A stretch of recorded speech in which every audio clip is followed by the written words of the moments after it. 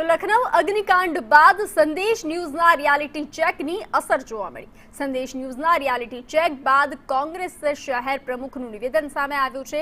કોંગ્રેસ શહેર પ્રમુખ રાજદીપસિંહ જાડેજાનું નિવેદન આવ્યું છે સામે। તો દુર્ઘટનાઓ બાદ પણ તંત્ર સુધરતું નથી। મહાનગરપાલિકા અને ફાયર વિભાગે લોકોને જાગૃત કરવા જોઈએ।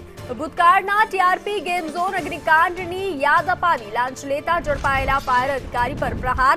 લોકો દુર્ઘટનાનો ભોગ ન બને તે જરૂરી છે। રાજદીપસિંહનું આ નિવેદન સામે આવ્યું છે।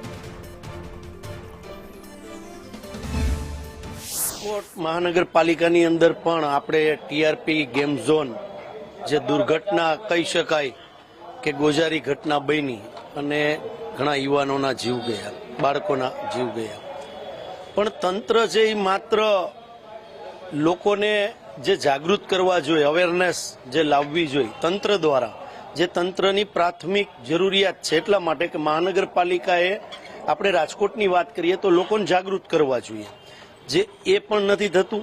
જે આનું અલગ અલગ રીતે મોનિટરિંગ થવું જોઈએ એ પણ નથી થતું। અને રાજકોટમાં તો એવી ઘટના બની હતી ટીઆરપી ગેમ ઝોન પછી આપણે મહાનગરપાલિકા એકદમ સ્ટ્રિક્ટ થઈ અને સ્ટ્રિક્ટ થઈને બીજા અધિકારી આવ્યા અને દુઃખ સાથે કહેવું પડે કે એન્ટી કરપ્શન કોર્પોરેશનમાં રંગે હાથે અમને પૈસા લેતા ઝડપા કે ફાયર સેફટી આપી દેવા।